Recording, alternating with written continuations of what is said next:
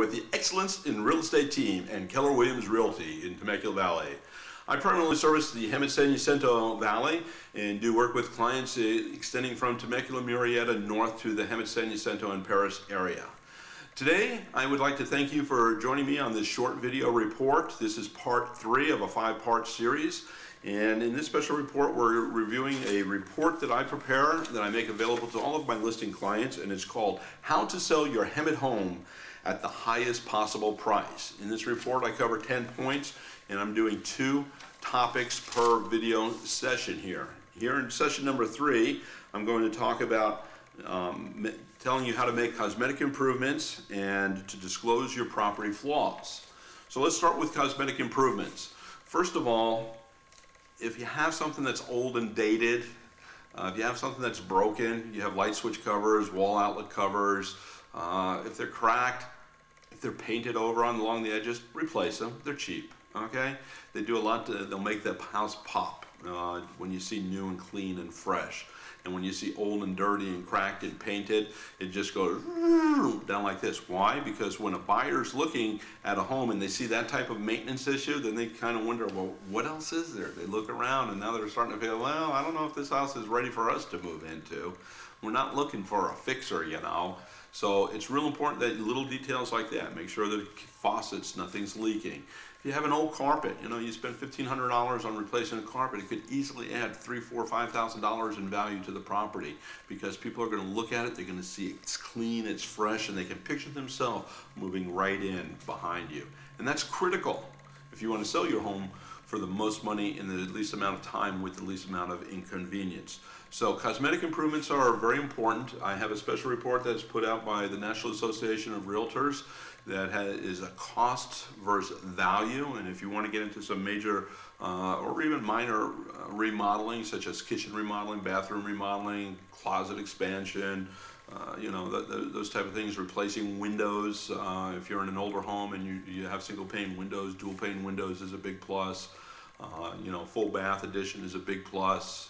If you're in older homes, newer homes, you're looking at improvements like granite countertops, 20-inch tile floors, plantation shutters. These all add value, but you also have to remember, not every improvement will add value dollar for dollar on what you spend on it. Okay, some of them may be 30, 40 cents on the dollar. However, what they do is they separate your home from the competition. These are the bells and whistles that people are looking for.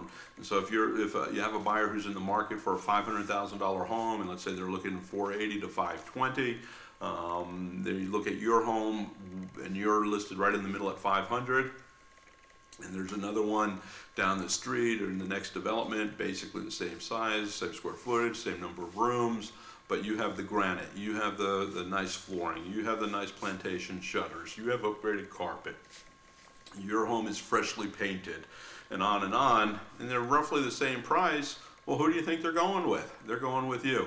So cosmetic improvements are impeccably important, okay? Your home should look like a model. And that also brings me to a sidebar here of clutter.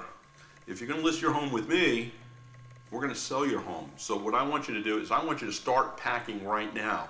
Let's get rid of all the things that you don't need in the house. Start packing up family pictures. If you have any religious or ethnic artifacts around the house, pack them up. Okay, because you're going to move and they have to pack anyway. And the truth be told is you want people to be able to visualize moving into your home, but you don't want them visualizing it as your home. You want them to visualize where their pictures are going. You don't want them looking at your kids and your grandkids and your Christmas, and certainly if there's any religious or ethnic artifacts around the house. If you're a Christian as I am, you might have a picture of Jesus, you might have a cross, you might have you know, any number of different artifacts as I do in my home in order to make my home my castle and make my house my home. But remember, we're not selling your home, we're selling your house, okay? So those home items that are personally mine would need to be removed because you don't know who's going to come in. It might be a Muslim, it might be an atheist, it might be anybody, okay? Hindu, anybody, it doesn't matter, okay? And they could be offended or they could say, oh, I don't want to live here with that artifact here. So consider that, pack up, declutter, get rid of as much furniture as you possibly can, keep the bare bones minimum in there so it looks comfortable and you can function.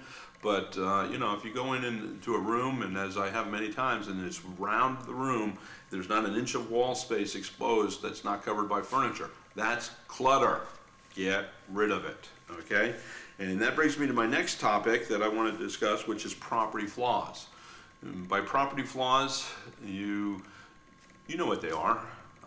If you had a window that leaked and there's a big stain, water stain on the wall behind the couch, and nobody's going to find it, you don't think, because the couch is hiding it, you have to disclose that, okay?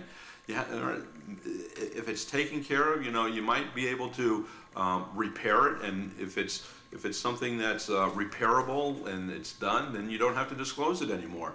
But if there's any signs, if there's anything that's wrong with the property, it has to be disclosed. If there's any mold issues, it has to be disclosed. If there's, you know, if you've had leaky roofs, if you've had, you know, in California we have disclosures for disclosures for disclosures. So without getting legalistic here and without giving you specific advice, I'm only trying to stimulate your thought process so that you know that you have disclosures. So please don't construe this as saying this is exactly what I have to do because you saw John tell it to me on the video. No, all I'm saying is I'm stimulating your thought process. Anything that's wrong, anything, let me repeat myself, anything that's wrong with the property, you need to be able to share with the new buyer, okay? So start to think along those lines, make a list, add to it as it comes along, because you're gonna have a stack of paperwork where you're gonna be signing disclosures to disclose, all right? And you don't want to end up in court, and that's what happens. All right, well, that's the end of this special segment, part 3. If you join me for part 4, we're going to talk about the for sale by owners and how limited home viewings can affect the sale of your home. So please come back and see the next section. And I hope that I have stimulated your thought process. But until then, if you would like a copy of my written report, you can please contact me via email at thehouseseller@gmail.com or call me at 951-443-6259. Well, thank you very much for your time. Come back and see section 4. Until the next time, though, this is John Occhi of the Excellence in Real Estate team, wishing you and yours all the best, and God bless, and make every day a great day. Thanks.